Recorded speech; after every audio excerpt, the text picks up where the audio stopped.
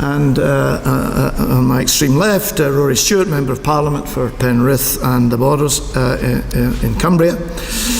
And of course, Rory is also at least as well known for being the author of The Prince of the Marches and the places in between.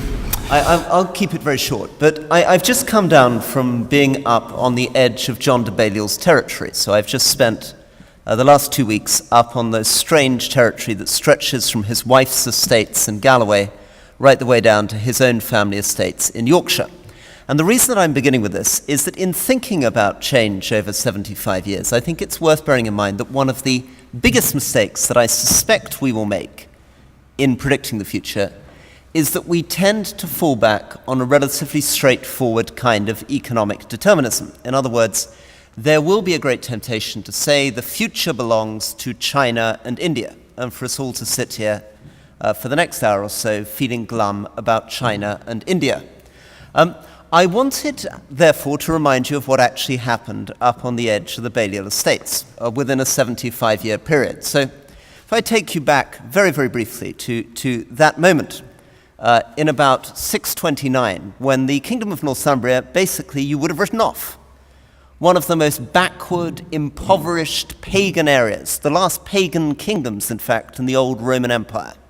A place where they couldn't make a mortared building, where nobody could read or write, and yet within 2 generations, this had become the Northumbrian Golden Age, produced the greatest art, the greatest spirituality, the greatest scholarship in the whole of Europe.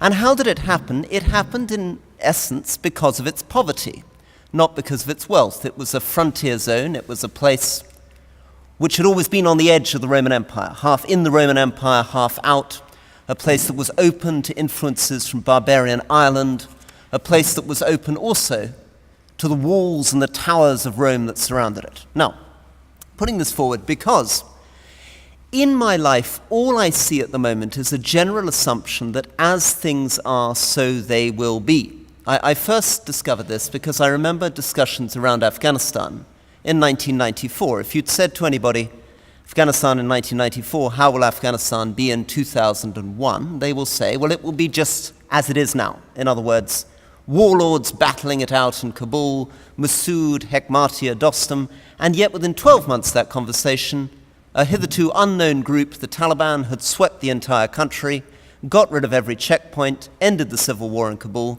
and set up their own theocratic state. I found myself in the Foreign Affairs Select Committee about a year ago, sitting peering at Brazil. At that point, our great theory on Brazil, and you can read our rather pompous report, was Brazil was going to be the superpower of the future. And indeed, pretty much every statement made about Brazil since about 1905 seems to be the same. Right?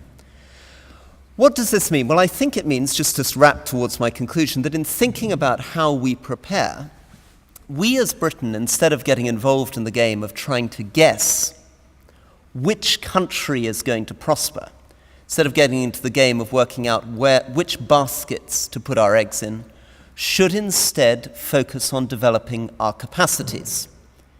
If we're interested, for example, in involving ourselves with a wider world, instead of developing grand theories about structures of global government or speculating about who the new superpowers will be, we should be investing instead in developing the virtues and the knowledge within our own civil servants. Probably the smartest investment we could make for the next 75 years is actually to give up thinking about politicians and understand that our future lies in the hand of our civil service, in the hands of our diplomats, in the hands of making sure that the very brightest people join these organizations, that they learn to speak languages very well, that they're encouraged to get out of their embassy doors, and that they immerse themselves in other cultures. And above all, that means getting out of a very schematic view that we can develop general global theories, that somehow the internet or Twitter or some weird globalizing phenomenon is going to make Somalia any more transparent in 75 years' time than it is today, Afghanistan any more tractable than it is today, Yemen any more easy to engage with. In other words, if there's any lesson which I would be pushing forward, the secret of our success, the secret of the world's success in 75 years' time, lies in appreciating our limits, the limits of our power, the limits of our knowledge, the the limits of our legitimacy, and remembering, to quote a man who was fond of Balliol but didn't spend that much time in Balliol, T.S. Eliot, that the only wisdom is the wisdom of humility. Humility is endless. Thank you.